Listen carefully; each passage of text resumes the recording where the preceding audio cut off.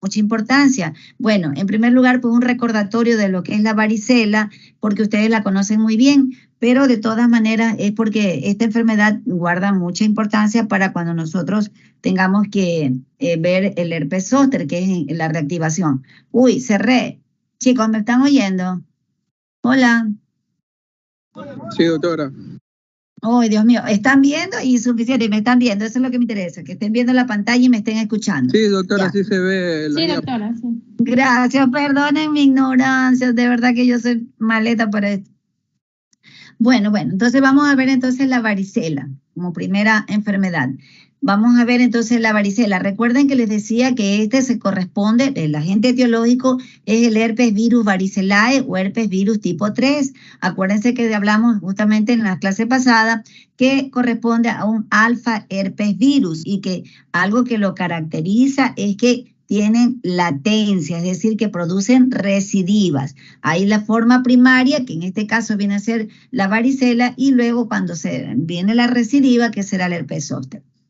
Tiene un periodo de incubación, que ya lo vamos a ver, es un poquito largo, de 14 a 21 días, hay término medio, en algunos estudios dicen de 10 a 20, pero más o menos 2 semanas. Importante eso para cuando hablemos de la posibilidad de contagio. El cuadro clínico también es de mucha importancia porque se habla que hay un polimorfismo, es decir, que hay múltiples formas clínicas, es decir, que en un mismo paciente vamos a encontrar máculas, pápulas, vesículas y tal vez costras, dependiendo obviamente de los días que lleva la persona con la enfermedad.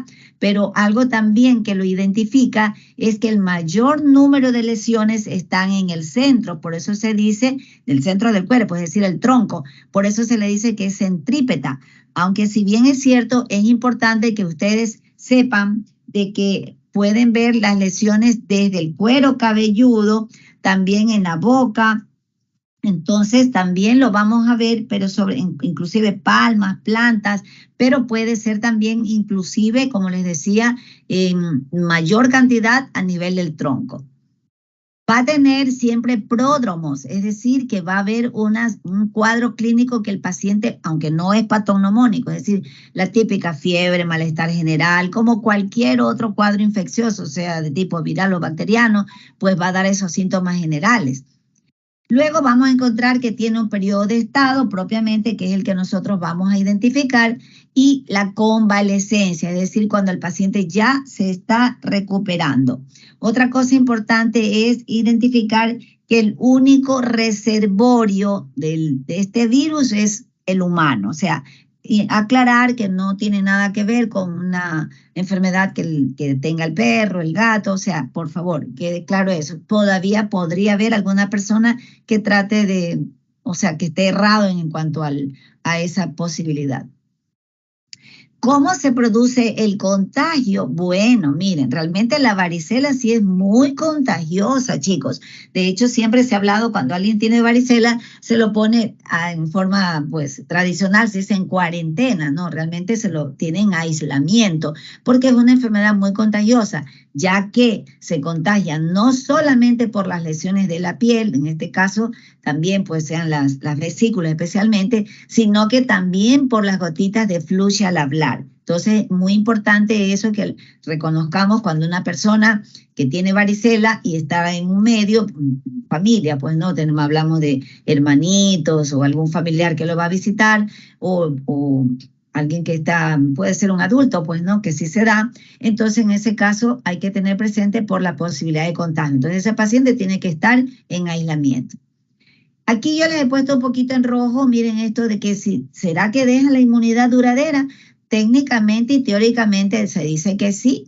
La inmunidad pues justamente te da esta enfermedad y te queda ahí como una señal de que tuviste la enfermedad, la inmunoglobulina G. Sabemos que la IgM te dice que tienes en este momento la enfermedad, sea de cualquier tipo, ¿verdad? De otras virosis, pero en este caso la IgG nos diría que está con un cuadro que ya lo tuvo, el paciente tuvo hace mucho tiempo varicela, entonces lo que tiene actualmente no lo es.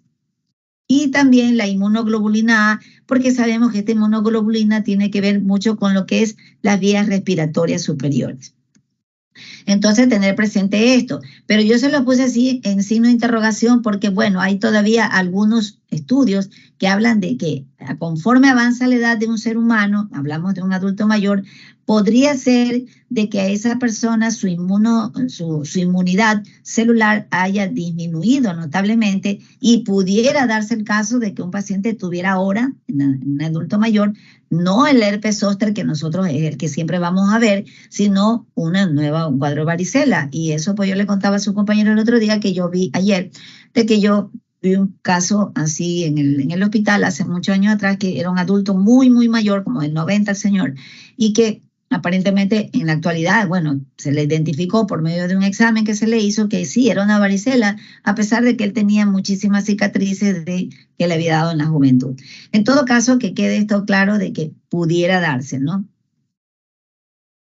Lo que es importante que nosotros tenemos que tener es desde cuándo el paciente es contagioso. Y se habla que el paciente puede ya contagiar desde 1 o 2 días antes de que comience la erupción, es decir, que está en los pródromos y todavía el paciente no está seguro, nadie sabe que tiene una varicela, hasta que ya están las costras. Pero ojo, las costras, cuando un paciente ya todas sus lesiones son costrosas, no contagian, son las vesículas.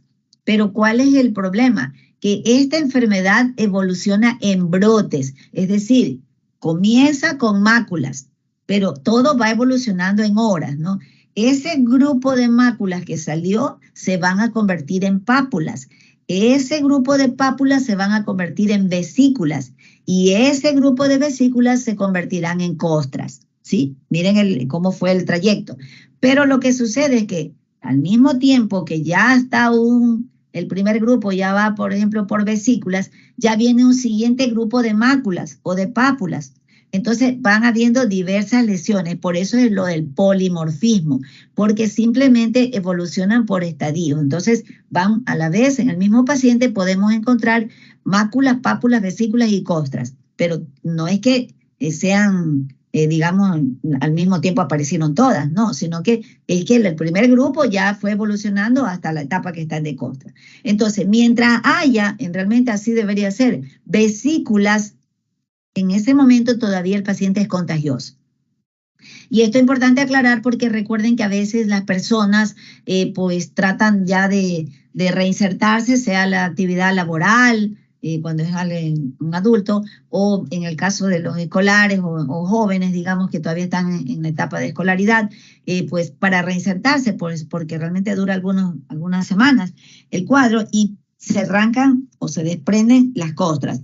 Y eso realmente tratando de que ya ir al colegio y dice, no, ya no tiene nada, no me va a contagiar. Entonces, para que la maestra o en el ámbito laboral no lo manden para su casa otra vez, ¿no? Entonces, nada que ver, o sea, sí, puede ser que tenga costras, pero todavía viene un grupo de vesículas por ahí, todavía ese paciente es contagioso, ¿ya? Que quede eso bien claro.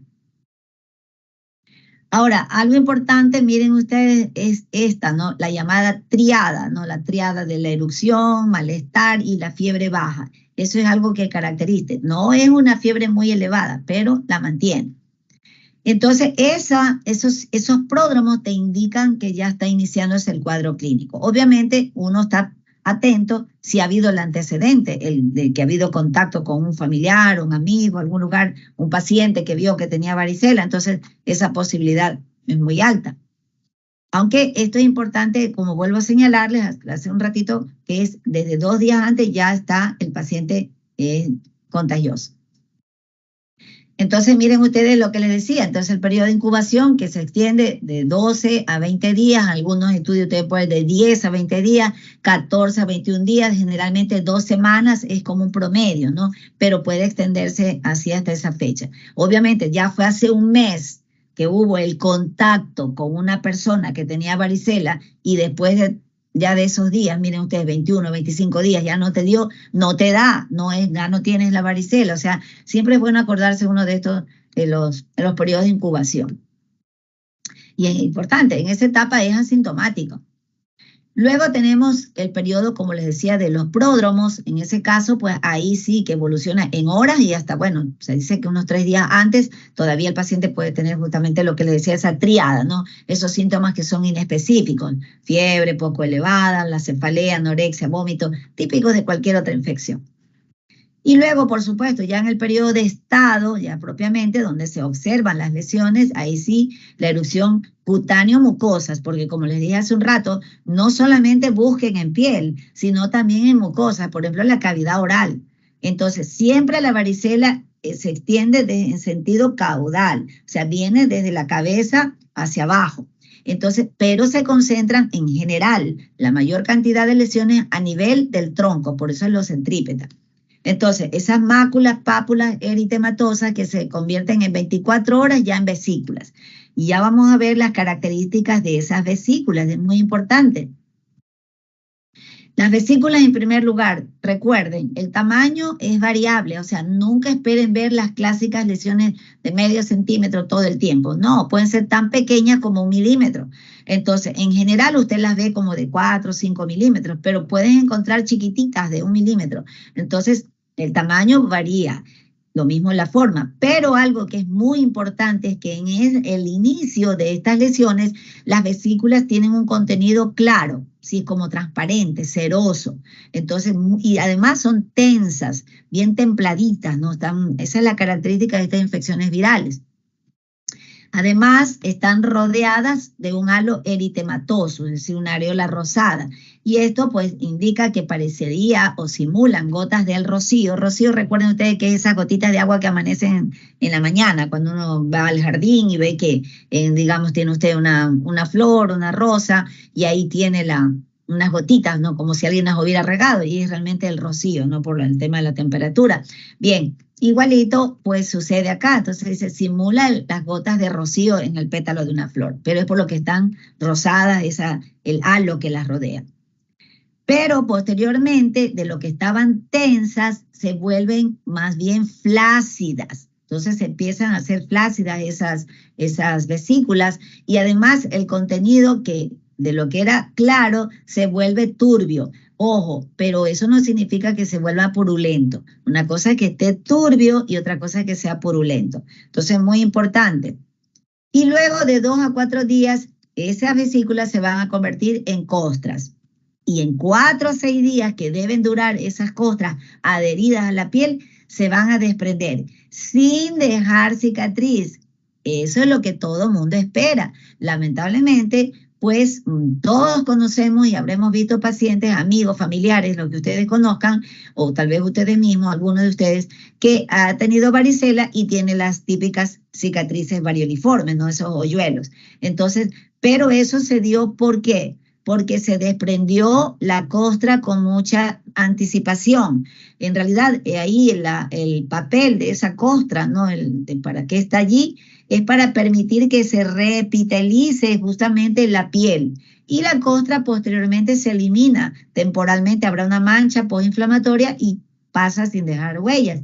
El problema está en que al mismo tiempo hay prurito. Entonces la persona pues tal vez a veces dormida se rasca y se desprende la costra y ahí hay el problema de la cicatriz.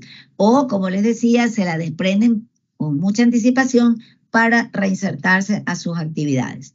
Entonces, pero no debería, todo está en la epidermis. Aquí tenemos, miren, las clásicas lesiones, lo que yo les decía, ¿no? Vesículas tensas, miren cómo están bien templaditas, ¿no? Con el contenido que se lo ve transparente, ceroso, y miren cómo está rodeado de este halo eritematoso. Entonces, por eso dice el autor, como si fueran gotas de rocío sobre el pétalo de una rosa, ¿no? De una flor. Entonces, pero recuerden que el tamaño es variable. Y aquí miren, típicamente, aquí este paciente tiene algunas ya costras. Si ven ustedes, como les decía, el mismo paciente va esto cambiando. Miren que justamente esas vesículas luego ya pierden esa turgencia que les estaba diciendo y ya se vuelven flácidas, ¿sí ven? Como que se hubieran desinflado. Sí, entonces esa es la característica. Y el contenido de lo que estaba muy transparente ya se vuelve turbio, como les estaba explicando. El mayor número de lesiones siempre a nivel del tronco, por eso el tema de que se le dice que es centrípeta. Y esto es muy importante para cuando veamos la recidiva, que sería el herpes zóster. Como les decía, la imagen típica se le dice pues como en cielo estrellado, ¿no? Porque hay múltiples lesiones realmente, como imagínense, cielo estrellado. Pero aquí tenemos, miren, las vesículas que están ya ya que perdieron turgencia con su contenido realmente que sea turbio. Por aquí tenemos las costras y miren que es de diversos tamaños, como le estoy diciendo.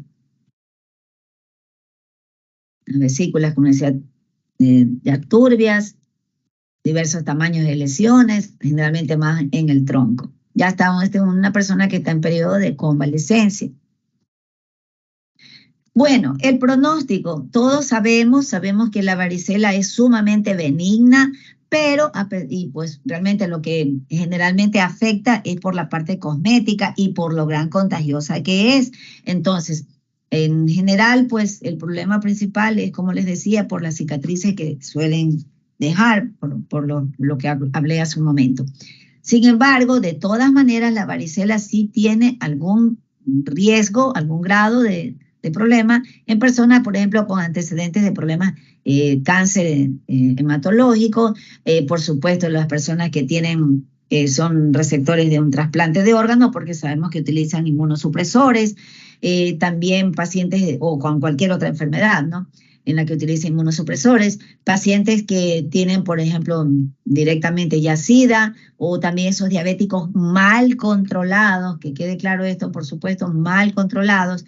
Y por supuesto, miren ustedes, también en la embarazada. Y eso ustedes ya lo conocen muy bien porque lo han visto en gineco. Y en todo caso, la mujer embarazada es una mujer que realmente, más que nada, su bebé es el que tiene mayor riesgo de muchas enfermedades, ¿no? Y miren, y ni siquiera la varicela, que ni siquiera es una enfermedad que dentro de los exámenes que se piden en una embarazada no está, ¿no?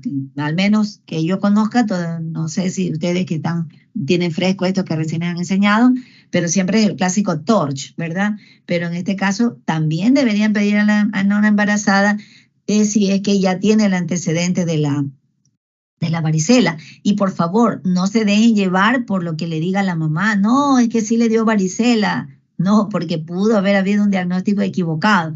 Pudo haber sido que tenían un impétigo ampolloso y eso es frecuente y le han diagnosticado como que le dio varicela. Entonces, eso yo vi justamente una vez en el hospital a una maestra de escuela que tenía varicela cuando yo la estaba viendo y la mamá decía que no podía ser porque ella le había dado varicela. ¿Y por qué? ¿Quién le dijo? El doctor. Cuando era niña le había dado varicela. Entonces, no te da varicela 2 veces, al menos no en una etapa así tan joven, cuando todavía tu sistema inmune que tengas de la IgG todavía te están protegiendo. Entonces, no estamos hablando de la persona muy mayor. Entonces, no es 2 veces. Entonces, miren ustedes aquí, les traigo para que ustedes recuerden esto que es de mucha importancia para cuando ustedes vayan a su medicatura rural o al internado, es esto, ¿no? En primer lugar, que la varicela sí produce viremia, recordar eso, ¿no? Por eso es que es muy contagiosa, inclusive por las gotitas de fluye al hablar. Entonces, hay viremia con la varicela, pero no hay a partir del herpes zóster. Entonces, no hay varicela fetal a partir de un herpes zóster de la embarazada, porque justamente no se produce esa viremia como sí la produce la varicela. Entonces, importante, ¿en qué etapa de la gestación? Bueno, todas las etapas tienen importancia de la gestación, pero digamos, en cuanto a la llamada varicela congénita, es decir, aquella que te produce embriopatía, es decir, malformación, es cuando se le produce la varicela, obviamente a la madre, en las primeras 20 semanas de la gestación. Entonces, debido a la viremia, entonces sabemos que el virus pues va a entrar justamente a través de la placenta, pues el cordón umbilical va a dar al bebé que se está formando, en este caso el embrión, y va a producir malformación. Entonces, varicela congénita, significa que es muy grave esa situación. Y sin embargo, podemos ver en cambio herpes zóster en lactantes aparentemente sanos, pero cuyas madres tuvieron varicela durante la segunda mitad de la gestación. ¿Y eso qué significa? Que el bebé también tuvo varicela, in útero, por supuesto, ¿no? Y en ese caso no va a haber la embriopatía. Entonces, que quede bien claro esto, ¿no? Varicela sin embriopatía después de las 20 semanas de la gestación puede producir herpes zóster en lactantes aparentemente sanos y tal vez por alguna otra situación. Vamos a hablar también de la llamada varicela perinatal. Ya sabemos justamente es aquellos casos en los cuales se va a producir luego del nacimiento, no alrededor del momento del nacimiento.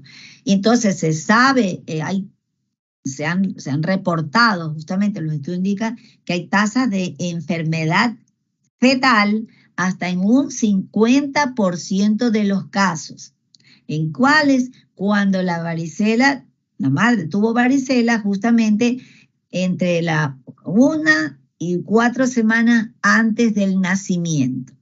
Eso es importante, o sea, justo antes de una semana antes del parto le dio varicela, o sea, ya clínicamente a la mamá, o hasta un mes antes. ¿Y esto qué significa? Es de que simplemente, pues, ya hubo el paso justamente del virus. Y acuérdense que hay el tiempo de lo que acabamos de decir justamente, que dura el periodo de incubación de 14 o de 10 a 21 días.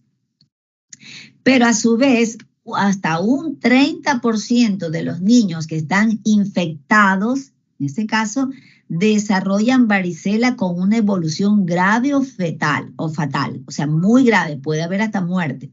Hasta un 30% de ese 50% de estos niños pueden desarrollar esa varicela muy grave o fatal. Pero vamos a ver en qué casos. Miren ustedes aquí. Varicela neonatal grave. En ese caso, yo sé que ustedes saben muy bien esto porque ya se lo enseñaron en la otra materia, pero me interesa que ustedes lo recuerden muy bien.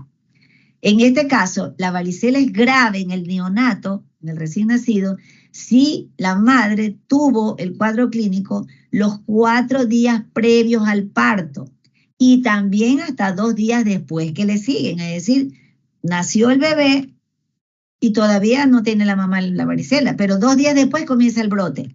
Pero por el tiempo que ya vimos del periodo de incubación significa que el virus pasó sin ningún problema. Entonces, el cuadro que va a desarrollar de varicela ese bebé, que se le desarrollará a lo mejor dentro de 10 días o 15 días por el tiempo de incubación, el periodo de incubación, pues va a ser muy grave. Pero en cambio, puede haber varicela neonatal benigna, o sea, diferente a que la de acá, cuando la madre tuvo la varicela entre el 5º y 22 días antes del parto. Y esto también es porque se está sacando cuentas de acuerdo a sí mismo al periodo de incubación. Se debe a que las inmunoglobulinas G de la madre tuvieron el tiempo, la oportunidad de atravesar la placenta y lo van a proteger parcialmente al recién nacido. Si hubo ese tiempo, dada lo que pudo atravesar durante el cordón umbilical. Pero es que a la madre también no es que se le forma enseguida la inmunoglobulina G, pues demora unos días.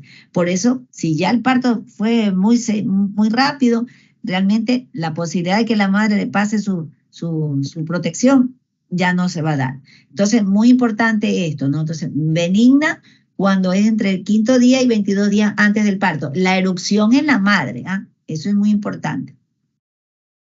Bien, entonces, bueno, para ver las imágenes de lo que les decía, es muy grave en estos neonatos cuando la varicela ha sido muy próxima al parto. Acá tenemos, miren, una foto pues de lo que es la varicela con embriopatía, también como se dice en la varicela congénita, y la varicela neonatal, que ya saben, puede ser pues la benigna y la forma muy grave.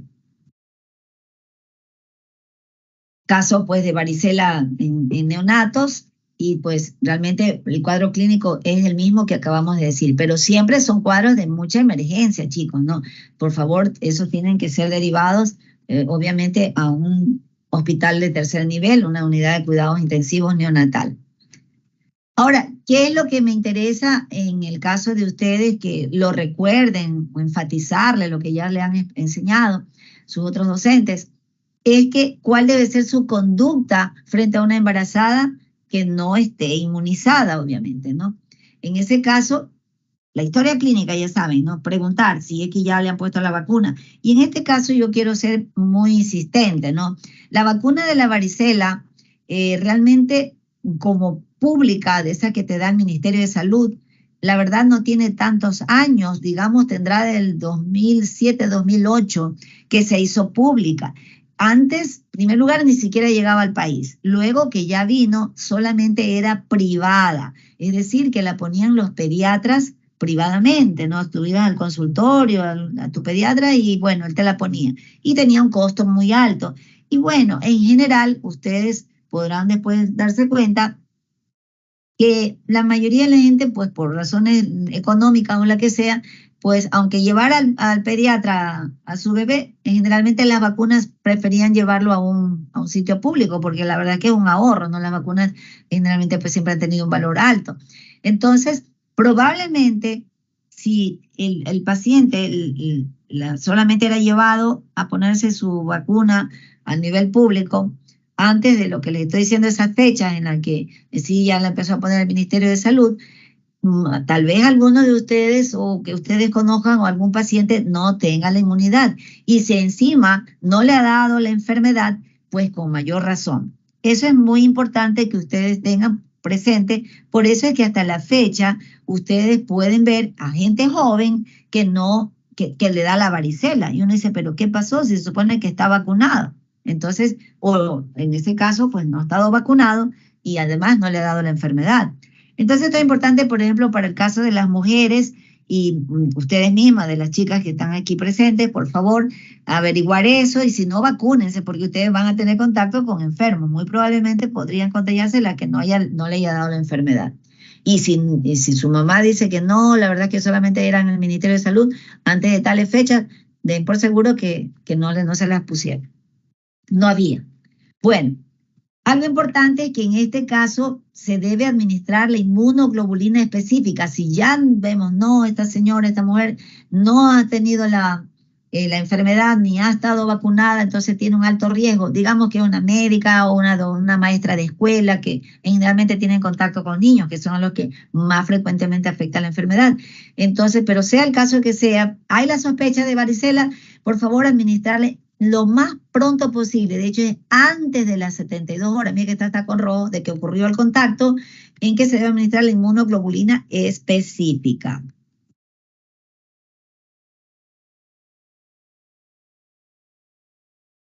Bueno, y tenemos también, como les decía, la vacuna. Entonces, las vacunas esa es la forma activa de profilaxis, pero algo importante, la vacuna no es para cuando tienes justamente la sospecha del contacto. Ahí es solo la inmunoglobulina específica, es una inmunidad pasiva. Entonces, no se puede. Con la vacuna ya pasó el periodo de posible contacto, de incubación, no te dio varicela o te pusieron la inmunoglobulina específica, muy bien. Pasado ese tiempo, ahora sí ponte la vacuna para que no tengas susto después. Entonces, nada más, pero no poner la vacuna inmediatamente como pensando que eso le va a proteger en el caso de que haya habido el contacto, ¿ya? Bueno, hay casos también de varicela hemorrágica, porque realmente la varicela es una enfermedad pues realmente manejable, pero hay casos graves. O sea, realmente la varicela hemorrágica que se da justamente en pacientes que tienen problemas generalmente oncohematológicos.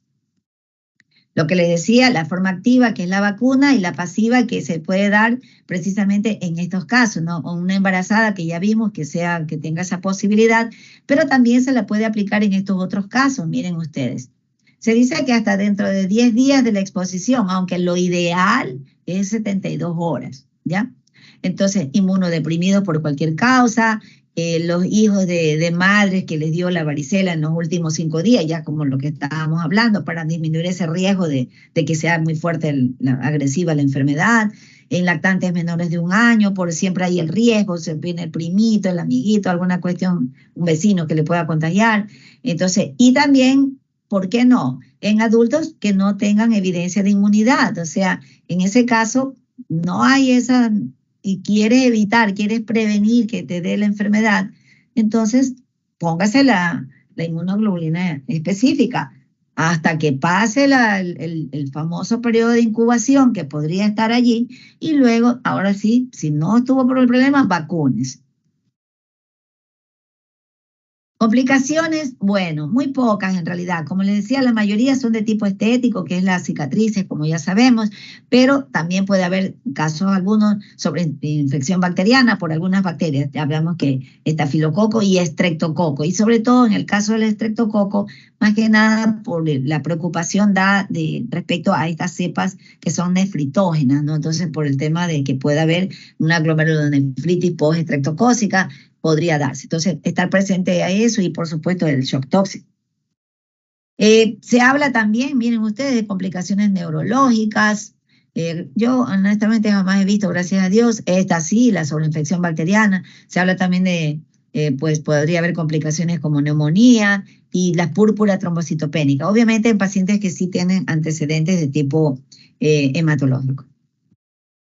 El diagnóstico clínico es tan fácil, tan sencillo, pero a veces nos podemos confundir y a veces lo diagnostica mejor una persona que ni siquiera tiene mucho conocimiento de la enfermedad y a veces podríamos nosotros confundir. Yo digo que muchas veces estos diagnósticos erróneos ha sido debido a los médicos. Entonces, por eso es que necesito que ustedes tengan bien claro esto. El test de SANC.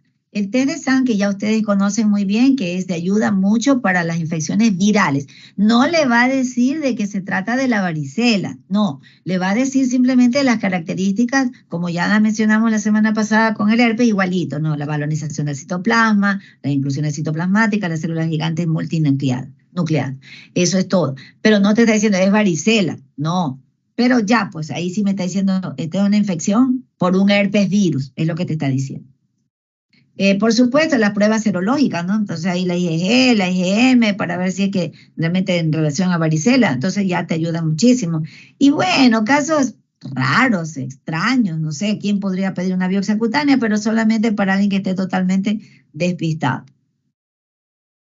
Bueno, ahora sí vamos a ver entonces la otra enfermedad que es de muchísima importancia en relación a esta de la enfermedad que acabamos de ver, y es el herpes zóster, ¿no? Realmente a veces yo digo, debería decírsele es varicela zóster, pero bueno, es el nombre que se mantiene, el herpes zóster, y es porque es causado por la recidiva, por la reactivación del virus de la varicela. O sea, cuando un paciente tuvo previamente este cuadro, ya vimos eso, pues ahí se queda en forma latente y pues en algún tiempo después, por diversas causas en la cual se disminuye la inmunidad, especialmente la inmunidad celular, va a producirse la recidiva o reactivación y va a producir el herpes zóster. Entonces, agente causal, herpes virus varicelae o herpes virus tipo 3. Bueno, aquí tenemos una imagen clínica que todos la recordamos, tal vez hayan visto ustedes en el hospital, algún lugar que hayan visto pacientes o imágenes de las típicas, la infección del herpes zóster. Entonces siempre son igual, vesículas agrupadas, como en racimos, pero la diferencia está en que siguen un dermatoma, siempre un dermatoma, una metámera, sin pasar la línea media, ¿sí? Eso es muy importante, no pasa la línea media, solo está de un solo lado. Puede afectar una metámera, 2 o 3, dependiendo cómo está el sistema inmune de esa persona. Entonces va a producirse esto. Interesante, ¿no? Que existen algunos mecanismos de defensa que tiene el organismo en este caso, contra este herpes virus varicelae, ¿no? Y se sabe justamente que este virus codifica más de 30 genes que van a activar precisamente a los interferones, alfa y beta, al gamma y algunas o glucoproteínas que van de la 1 a la 5. Entonces, los interferones alfa y beta que van a estimular a los natural killers, ¿verdad? Los linfocitos asesinos.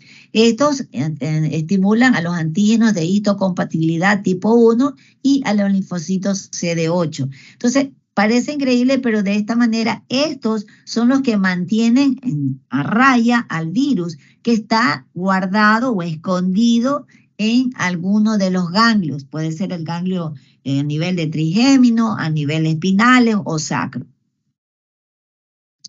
Entonces, como les decía, existe el fenómeno de la altencia que más está justamente estimulado por estos genes denominados los immediate early, que van el immediate early 62 y el 63. Entonces, estos son los que lo mantienen al virus así como en una etapa de que no pueda salir del ganglio. Pero, ¿qué es lo que ocurre? Nos vamos a ver entonces la patogenia, cómo se produce esta enfermedad. Entonces, se sabe que una vez que terminó el cuadro de la varicela, ya el paciente se curó, ya le quedaron tal vez cicatrices, ya todos vemos eso. Pues bien, algunos provirus van a migrar hacia los ganglios, como le decía, trigémino cuando es a nivel cefálico, por eso es que nosotros podemos ver herpes zóster a nivel frontal, por ejemplo, ya vamos a ver en el oído, todo eso. También a nivel espinal y a nivel sacro. Y luego, pues, se sabe es que el virus realmente sí tiene una actividad génica dentro del ganglio durante esa etapa de latencia, pero digamos que no puede salir de allí por acción justamente de las proteínas que mencionamos hace un rato, la inmediate early. Pero luego, ¿qué es lo que ocurre? Se produce una alteración de la inmunidad, especialmente de la inmunidad celular. Y esa inmunidad se produce, esa alteración, especialmente con la edad. Es decir, si una persona a mayor edad, digamos un adulto mayor, 60, 70, 80, 90, obviamente su sistema inmune, yo siempre digo, los dos extremos de la vida son así de totalmente en la cual nuestro sistema inmune no está bien. O sea, un recién nacido, pues porque se está formando, y en el adulto mayor porque está decreciendo, ¿verdad? Eso ya lo conocemos muy bien, por eso esa predisposición al desarrollo inclusive de tumores. Pero también podría ser por enfermedades en la cual pues produzca esa inmunosupresión, como por ejemplo el SIDA, ¿no? El VIH, y eso podría también producir esta alteración. También ciertos medicamentos, ya lo sabemos, inmunosupresores que van a producir el cuadro. Hablamos del mismo metotrexato, los biológicos que se utilizan tanto en dermatología, reumatología, gastroenterología. Entonces, los biológicos, los anti-TNF, el tofacitinib también, muchos de ellos tienen estos efectos justamente inmunosupresores para el desarrollo inclusive de herpes zóster. Los pacientes trasplantados, ya sabemos, y también los pacientes con cánceres, especialmente linfoproliferativos. De hecho, por ejemplo, cuando uno ve a un paciente con herpes zóster muy agresivo en un adulto mayor, siempre se dice hay que investigarle si tiene algún cáncer por ahí escondido.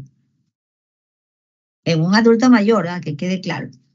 Entonces vamos a ver aquí en esta imagen que luego de que dentro del ganglio se encuentra el virus, inmediatamente, luego de que disminuye el sistema inmune, la inmunidad celular de esa persona, el virus ahora sí comienza a replicarse. Y hay una gran replicación viral que va a producir una gran inflamación del ganglio, es decir, va a producir una adenitis. Esto va a producir una necrosis, finalmente el virus sale de allí, de ese ganglio que está necrosado inclusive, y va justamente por el nervio justamente, va a llegar a migrar hasta la piel. Pero durante ese trayecto que va migrando a través del nervio, va a producir neuralgias o parestesias. Y aquí es lo que va a conocerse como justamente las neuralgias preherpéticas, es decir, antes de que salgan las lesiones clásicas, ¿no? Y eso es importante, si uno en esta etapa hiciera el diagnóstico, sería genial para nuestros pacientes. Finalmente el virus pues llega a la piel y allí sufre una nueva replicación en los queratinocitos, pero fíjense que siempre está en los queratinocitos. Y en pocas horas aparece el cuadro, o sea, ya tendríamos el cuadro clínico. Entonces, antes de eso y después se produce la replicación. La primera replicación es dentro del ganglio y la replicación en la cual va a ser más intensa es a nivel de la piel, donde ya va a dar lugar a origen a las vesículas y al cuadro clínico que mencionamos. Algo interesante, chicos, es que hay algunas teorías que indican por qué razón hay mayor cantidad de cuadros de herpes zóster en ciertas áreas de la piel. De hecho, del cuerpo, digamos. La más frecuente es a nivel del tronco. Entonces, la mayoría de las lesiones de herpes zóster ocurren en el tronco. Pero, y eso se considera, es que como la mayor cantidad de vesículas hubieron justamente cuando hubo el cuadro de la varicela a nivel del tronco, entonces, pues posiblemente por ello, como por ahí fue que ya terminó el cuadro clínico, de ahí los provirus migraron hacia el ganglio que esté más próximo, en este caso serían los espinales, pues posiblemente por eso es que el cuadro clínico más frecuente es a ese nivel. Sí, yo comparto muchísimo ese criterio de los científicos que lo dicen, bueno, en mi humilde opinión de lo que he visto cuántos pacientes a ese nivel las lesiones, ¿no? Pero también me parece muy válida esta otra en la que indica que como durante la varicela hubo viremia, recuerden que por eso es que es muy contagiosa tan solo con hablar o toser, entonces justamente pues durante toda esa fase hematógena los virus se pudieron quedar en cualquier parte, cualquier órgano de la economía.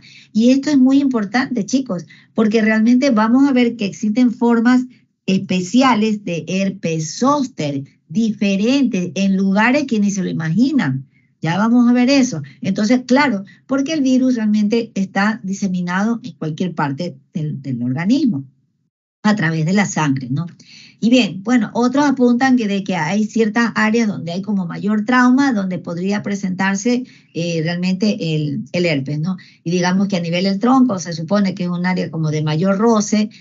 No estoy muy segura si eso tendría sentido, ¿no? Pero bueno, estas son gente investigadora que proponen estas ideas y posiblemente pueda ser que hayan demostrado aquello. Entonces, en cuanto al cuadro clínico del herpes zóster, vamos a ver que tiene algunas fases. Miren, la fase preeruptiva, que también se la conoce como la neuralgia preherpética, y esta pues dura alrededor de 1 a 10 días. Sí, aunque hay casos que puede ser hasta un poquito más larga, pero en general de 1 a 10 días en que no se ven las lesiones, usted no ve nada, solamente el paciente se queja de un dolor o parestesia, o sea, el paciente dice, sí, yo siento como que algo me hinca, siento que algo me molesta, como que me presiona, me hinca, me arde, pero no hay nada. Entonces son parestesias. Entonces esa es la parte preherpética. Ideal, si nosotros hacemos el diagnóstico ahí, el resultado muy bueno. Lamentablemente no siempre vamos a ver en ese punto. Esto puede extenderse más, a veces más de 10 días. Bien, luego tenemos la fase eruptiva aguda, donde ya pues fácilmente todo el mundo lo diagnostica, cualquiera, porque francamente es tan característica la erupción, así como les decía, que sigue un dermatoma, ¿no? Siempre sin pasar la línea media. Y el cuadro en ese momento ya muy doloroso. Y luego, pues, hay una fase crónica que se la conoce como la neuralgia posherpética. Obviamente que se dice que es posherpética cuando se pasa del dolor ya de los 30 días. ¿Ah? Muy importante eso. Entonces aquí tenemos, miren, en la fase eruptiva el dolor en el dermatoma es muy severo, aunque en algunos casos es importante aclarar de que el dolor puede ser menos severo. O sea, entre más edad tiene un paciente, el dolor es más intenso, más severo, como dice el nombre. Pero puede ser que sea una persona mucho más joven, inclusive en niños, donde el dolor es menos intenso. Entonces uno le tiene que realmente pedirle al paciente que como que califique el dolor. Le dice, bueno, 1, le digo, el dolor es muy poquito, 10 es muy intenso. Entonces el paciente dice, bueno, si tengo 10, en otra dice, no, tengo como un 2, como un 3, un 5, lo va calificando, ¿no? De esa manera nos va orientando a que realmente se trata de este tipo de enfermedad. Siempre va a haber linfadenopatía regional, muy importante porque es un cuadro inflamatorio y por ende pues van a estar justamente muy activos los linfocitos y esto pues puede ser en plena etapa o incluso posteriormente, te quedan todavía unos días. Las vesículas que les decía, ya ustedes saben, agrupadas, pero que siempre van a seguir el trayecto del dermatoma, ¿no? Entonces esta es la forma clásica. Sobre una base eritematosa, porque realmente es como un herpes, ¿no? Realmente no es tanto, no se semeja tanto a la varicela, sino como el herpes, por eso que le dijeron primerito el nombre es de herpes zóster, aunque no tiene nada que ver con el herpes tipo 1 y 2, es con el 3. Luego, importante también insistir de que la erupción es unilateral, ya saben que no va a pasar la línea media. Eso es muy importante porque solamente va a estar en relación al dermatoma afectado. Luego, pues justamente esas vesículas que asimismo, tal como en la varicela, inicialmente eran claras, tensas, luego se vuelven justamente turbias, estas se van a romper y forman costras y deberían involucionar sin cicatriz en aproximadamente 15 días. Realmente todo el cuadro, como ustedes están viendo, al final se demora entre 20 y 25 días, entonces es un poquito largo. Por eso, hasta 30 días uno dice, bueno, tienes la neuralgia posherpética, no se la puede considerar posherpética si es que todavía hasta 30 días del cuadro todavía tiene el dolor. Se lo considera, digamos, que parte de la evolución natural de la enfermedad. El herpes zóster, miren ustedes, en niños, esa edad ya vimos, si alguien tuvo varicela pues neonatal o varicela in útero, entonces significa que ya el niño pues tuvo contacto con este virus, lo tiene alojado y pues ahora por alguna circunstancia en la cual se le alteró su sistema inmune, generalmente es por medicamentos, ¿no? Niños que tienen otras enfermedades, que utilizan inmunosupresores, pues generan este cuadro. Y por supuesto, miren ustedes el cuadro clínico que puede ser, como vimos en imágenes de un adulto, pero este puede ser que afecte varias metámeras. En este caso, por eso el herpes zóster trimetamérico que se ve justamente en pacientes que están con inmunosupresión, un paciente en este caso VIH. Tenemos acá, miren ustedes, las vesículas agrupadas como en racimos, pero siempre siguiendo metámeras.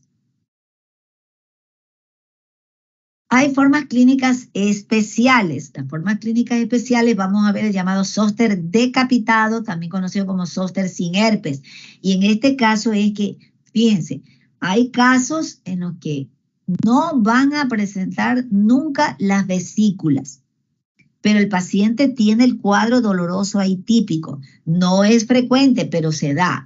Una cosa es la neuralgia preherpética. Ya sabemos que están todos los síntomas, la paresthesia, el dolor, pero luego sí tiene igual el brote. Pero hay pacientes que nunca llegan a hacer el brote. Viene el dolor, tienen ahí las características típicas de ese dolor quemante, un dolor que va y viene. O sea, no es que se mantiene ahí 24/7, no. Está todo el día, pero va y viene. O sea, hay momentos que el paciente dice, se queda como tranquilo y de nuevo otra vez le vuelve el dolor. Esas son características de un dolor neuropático, ¿no? También tenemos el herpes zóster oftálmico, que ustedes lo conocen muy bien. Esto se ve justamente, pues, ya tienen que haberlo visto ustedes en oftalmología, pero igual lo vamos a resaltar por la importancia que tiene que algo que le caracteriza es que ustedes sospechar que está haciendo un zóster oftálmico, es decir, que hay afectación justamente a nivel ocular, es la presencia de vesículas a nivel de la punta de la nariz, que se conoce como el signo de Hutchinson. Entonces son vesículas en la punta de la nariz, signo de Hutchinson, zóster oftálmico, ¿no? Constituyen emergencia. Igual el llamado herpes zósterótico, que es el Ramsay-Hunt, síndrome de Ramsay-Hunt, que realmente es muy importante que ustedes lo reconozcan por las implicaciones que tiene este cuadro de esta forma de herpes zóster y que a veces desgraciadamente pasa mal diagnosticado. Y bueno, también tenemos en pacientes que están muy inmunodeprimidos, generalmente pacientes oncológicos por cualquier otra causa, generalmente se ven adultos mayores con cáncer, que tienen el zóster diseminado, o sea, tienen el cuadro de la lesión básica, de la típica, pero con lesiones de vesículas en el resto del cuerpo. Aquí tienen, miren ustedes, el herpes zóster oftálmico, que les decía, en este caso, pues lesiones a nivel frontal, hay edema palpebral, el dolor, fotofobia, realmente es un paciente que está muy mal, de hecho a veces el edema es tan intenso que cierra el párpado, pero mientras no vean vesículas en la punta de la nariz, no hay el riesgo ocular, pero si le ven esas pequeñas vesículas, ya saben, no importa el tamaño, entonces realmente inmediatamente este paciente debe ser derivado a un oftalmólogo para que le hagan un control a ver si produjo algún daño. Y por supuesto ustedes debieran darle el tratamiento rápidamente. Entonces siempre miren igual las vesículas agrupadas, pero no pasa la línea media, siempre solamente es de un lado, no está del otro lado. Eso guíense siempre por esos detalles. Aquí tenemos al síndrome de Ramsay-Hunt, que les decía, ¿no? Que justamente esta es una polineuropatía, porque se van a afectar dos pares craneales, el facial y el auditivo, ¿no? Séptimo y octavo par. Entonces, por lo tanto, vamos a encontrar manifestaciones de ambas alteraciones de ambos nervios. Entonces, en este caso tenemos las vesículas, o sea, las lesiones en piel, las podemos encontrar en el conducto auditivo externo, también la podemos encontrar en la zona preauricular, también posterior, en la concha propiamente de la oreja, también en la pared nasal lateral, paladar blando, la lengua también anterolateral. Puede haber hipoacusia, acúfenos, entonces eso es muy importante que ustedes lo tengan presente. Bien, es decir, miren que en este caso hay afectación, como les decía, del el octavo par. También vértigo, miren ustedes que desgraciadamente la gente lo confunde como que tienen, la gente dice, es que me mareo y creen que tiene el colesterol alto, los lípidos altos. No, por favor, recuerden que hay el síndrome de Ramsay-Hunt. De hecho, a veces las vesículas, como les decía, no son tan evidentes o están en el conducto auditivo y no se las ve. Entonces, posiblemente ustedes ni siquiera lo revisen al paciente y piensan de que es otra la manifestación. Entonces, el dolor, ya saben, la hipoacusia, acúfenos y el vértigo. También va a haber la manifestación, obviamente, del facial, ¿no? Entonces, tenemos la parálisis facial que imita la llamada parálisis Bell. Entonces, muy importante este cuadro que ustedes lo diagnostiquen a tiempo. Hay algunos pacientes a los que se le produce la llamada digeusia, es decir, una alteración del gusto. Ahí tenemos, miren, lesiones típicas en la región preauricular, inclusive pues dentro de justamente ya del pabellón auricular, pero el cuadro a veces no es tanto como tenemos aquí, sino que pueden ser escasas lesiones aquí adentro. Pero el dolor, acuérdense, el dolor, preguntar es. Y acá tenemos el herpes zóster diseminado, en la cual, miren, aquí está el herpes, digamos, el que siempre conocemos, que sigue justamente en hemicinturón, pero las vesículas están diseminadas. Acá miren la parte anterior, el paciente aquí tiene su cuadro clínico característico, pero con vesículas en el resto de la piel. Y esto se debe a que precisamente, como les decía, por la viremia. Entonces, simplemente en esa etapa de la viremia, algunos virus no decidieron salir a la piel, sino que se quedaron en otros órganos e inclusive pues, en otras partes cutáneas sin provocar precisamente propiamente el cuadro del herpes. Por eso aquí les traigo, miren, estas otras formas de herpes zóster que realmente llaman la atención, ¿no? Son cuadros que uno, sinceramente, ni siquiera se podría imaginar. Y tenemos al zóster, miren, de la rama maxilar del nervio craneal, zóster de la rama mandibular, el herpes zóster glosofaringeo y vagal. En este caso, miren, afectación de nervios vertebrales, C2 y C3, o sea, dolores que tal vez usted ni siquiera se imagina que son debido a herpes zóster en algún paciente mal diagnosticado, ¿no? Uno puede pensar de que el paciente finge o que tendría otra patología. Encefalomielitis por herpes zóster, miren esto también. También el herpes zóster que afecta a múltiples dermatomas, que bueno, ese es el que vimos justamente, por ejemplo, el trimetamérico, el que vimos en pacientes que vi a la foto que le puse hace un rato del paciente con VIH.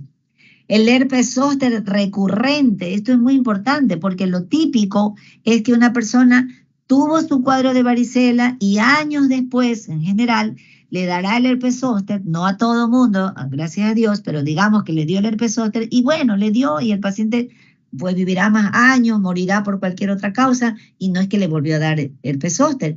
Sin embargo, hay casos de herpes zóster recurrente, es decir, que te puede dar 2, 3 veces.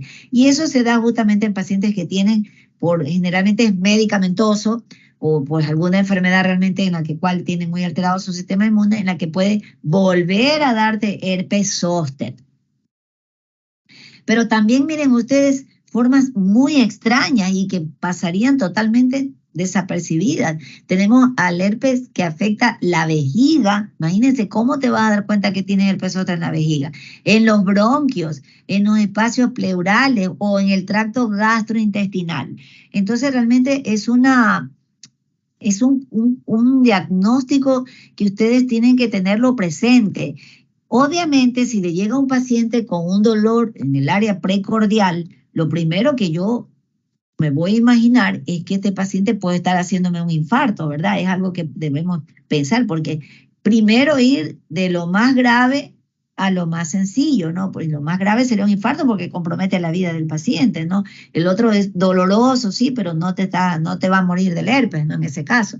Entonces, descartarlo, pero sospechar de que el paciente a lo mejor está en esa fase preherpética o, lo peor, inclusive un zóster sin herpes, que les mencioné hace un rato. Entonces, muy importante. Bien, pero ¿qué tal si tiene alguien un herpes a nivel gastrointestinal? ¿Cómo vas a darte cuenta? Y no hay ningún examen, no te pueden hacer una endoscopía, no te va a decir, mira, ahí tiene las vesículas, nada que ver, a nivel de las mucosas no se va a ver eso, pues no, en este caso. Y quién sabe, hasta cuando la persona sospeche y le hagan eso, pasaría mucho tiempo y ya ni siquiera estarían las lesiones. Ahí no se van a formar costras porque es otro tipo de recubrimiento.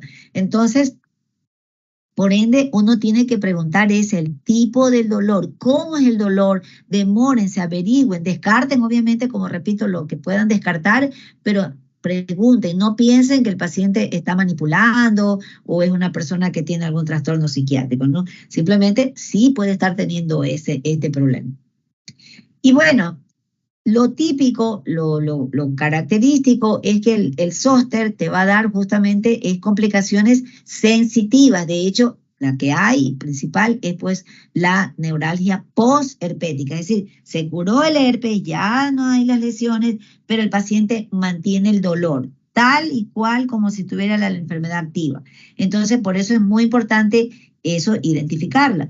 Pero resulta que hay algunos pacientes que también hacen complicaciones motoras. Son raras, pero sí las hay. De hecho, un paciente, no sé si alguno de ustedes vio cuando les he presentado allá en el hospital una imagen de un paciente que tengo que solamente no suda en un área del dermatoma, justamente. Ese señor tuvo un herpes zóster, Ramsay Hunt, y además hizo complicaciones motoras. Entonces, no podía ni saludar, no podía apretar la mano, esa área de la piel, las manos en general no sudan. Bueno, es un caso muy interesante, pero a raíz de un herpes zóster.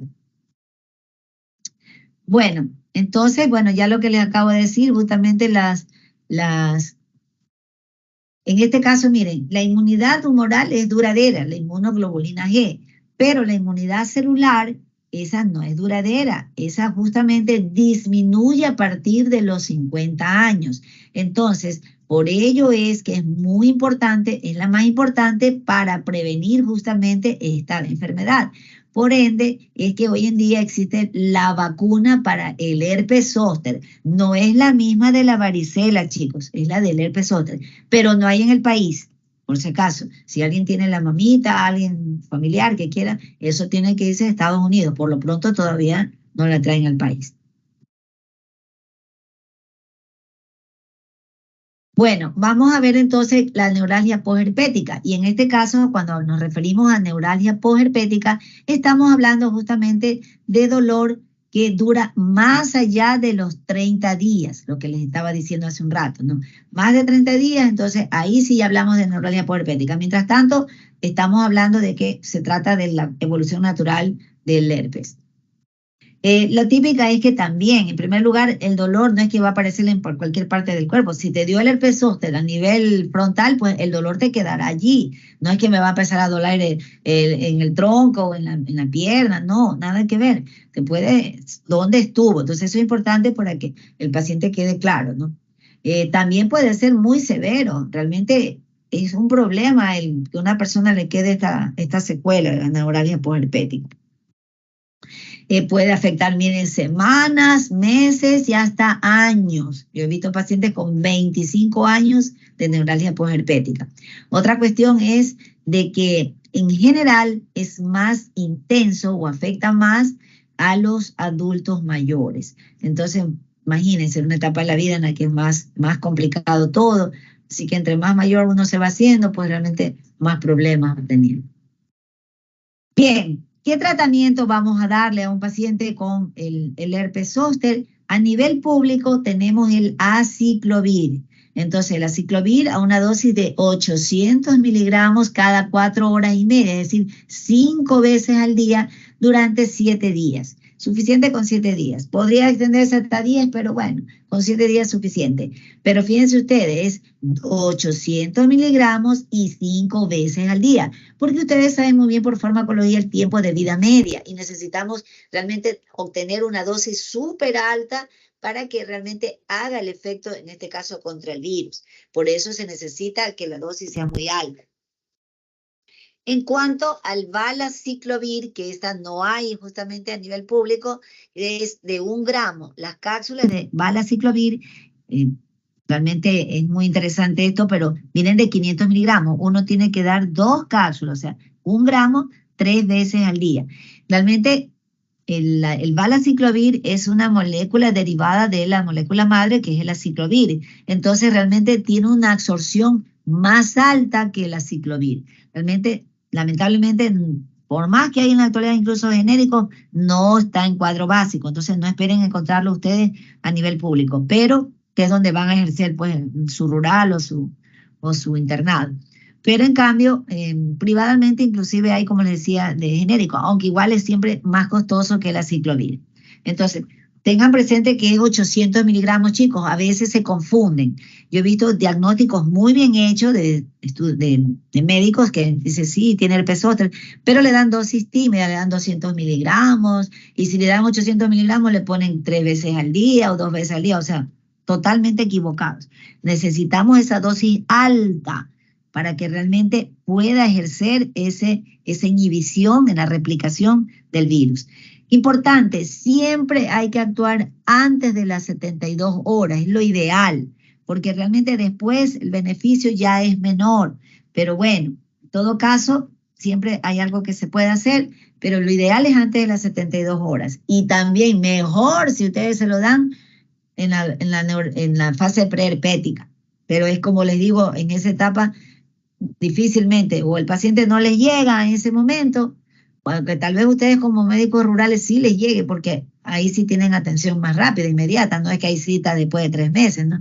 Entonces, pero lamentablemente, pues el problema es que no dan la dosis o no hubo el medicamento, ¿no? Que eso también podría ocurrir. Ahorita, pues nosotros no tenemos en el hospital, se acabó. Otro fármaco que solamente en el hospital hay para hospitalización es el fanciclovir, que se da 500 miligramos 3 veces al día durante 7 días, o se puede dar 750 miligramos día durante 7 días. Solamente lo maneja infectología. ¿Qué hacemos en el área de la erupción, donde está justamente las vesículas? Fomentos, aplicaciones, puede ser solución salina, puede ser hay la típica agua regular, también puede ser que tiene con qué agua termal. Las aguas termales son pues muy antiirritantes. O sea, lo que se necesita es algo que calme, realmente alivie nada más, porque realmente porque el tratamiento es por la vía oral. Y por supuesto, en este caso el paciente va a necesitar analgésicos. Allí sí funcionan mucho los analgésicos. Y ahí puede ser, si el paciente tiene tolerancia a AINES, tramadol, pues dependiendo de la tolerancia que tenga a uno o a ambos. Pero el que verdaderamente los que funcionan mejor para estos dolores que son de tipo neuropáticos son la pregabalina y la gabapentina, que ustedes conocen muy bien que ambos son anticonvulsivantes. Eso es muy importante. Entonces, los anticonvulsivantes, pues estos dos tienen un efecto muy potente para el control del dolor, como les decía, de tipo neuropático. Realmente a nivel público ahí es la gabapentina. La gabapentina viene en presentación de 300 miligramos y se puede dar 2 veces al día. Y la pregabalina no hay. Y a mí particularmente, chicos, yo prefiero la pregabalina, aunque, repito, no hay, porque realmente permite una dosificación más paulatina, tanto para el inicio como para realmente suspender la medicación, el retiro de la misma. Porque en realidad la suspensión abrupta de estos fármacos produce puede producir un alto riesgo de convulsiones justamente. Entonces, bueno, la pregabalina hay presentación de 25, 50, 75, 150 y 300 miligramos. Miren ustedes, o sea, es súper alto. Entonces, pero por ejemplo, dependiendo de la edad, ¿no? Si es un adulto mayor, digamos alguien de 70, pues, o más todavía, 80, es una persona que realmente, pues, va a tener muchos efectos secundarios. Ambos producen mucha somnolencia. Entonces, bueno, que ustedes siempre se aseguren cuando hablen con su paciente o si va un familiar, por favor, de hecho es lo ideal, decirle que estos fármacos, cualquiera de los dos que sea, van a tener un efecto muy potente en el sentido que les va a causar sueño. Entonces, imagínense si es un paciente que anda solo y por ejemplo en el hospital van adultos mayores solitos y ya les tocará ver ustedes también. Entonces, ya por situaciones diferentes, hay personas que van solitos a la consulta. También tenemos otros casos, por ejemplo, pacientes de que pueden caerse, no van al baño, entonces siempre se necesita que alguien esté ahí cuidándolo. O si es una persona más joven, pero que digamos conduce, entonces imagínense, queda dormido conduciendo, entonces no es posible eso, necesita reposo, descanso, si es una persona que está activa laboralmente o ejerce alguna actividad en la cual necesita estar pues con sus 5 sentidos bien atentos. Entonces, por ese motivo, hay que tener mucho cuidado a la hora que prescribimos estos fármacos, ¿no? Entonces, se inicia con una dosis más baja y luego se lo va retirando. Realmente, cuando a un paciente le queda la llamada neuralgia posherpética, ya después de los 30 días, eso ya tienen que ustedes derivarlo a un terapista del dolor, porque ellos, bueno, tendrán otras opciones por las cuales manejan los mismos fármacos, pero en este caso, pues, hacen otras, los famosos bloqueos y todas estas otras que hacen esta especialidad, porque francamente ya a veces el dolor no hay cómo contenerlo. ¿Qué se puede dar también? Miren ustedes, hay algunos pues trabajos, muchísimos trabajos de investigación que hablan de la eficacia de la prednisona para prevenir o disminuir la neuralgia posherpética, ¿no? Porque, bueno, es un corticoide, ¿no? Y sabemos que los corticoides tienen un efecto antiinflamatorio. Entonces, en esa etapa en la que hay mucha inflamación, entonces se puede dar la prednisona, esta dosis 30, 40 miligramos por día, pero máximo en 3 semanas hacer la retirada. O sea, realmente siempre recuerden que los corticoides se los va retirando paulatinamente, ¿no? Entonces, obviamente que el corticoide tiene que ir de la mano con el antiviral.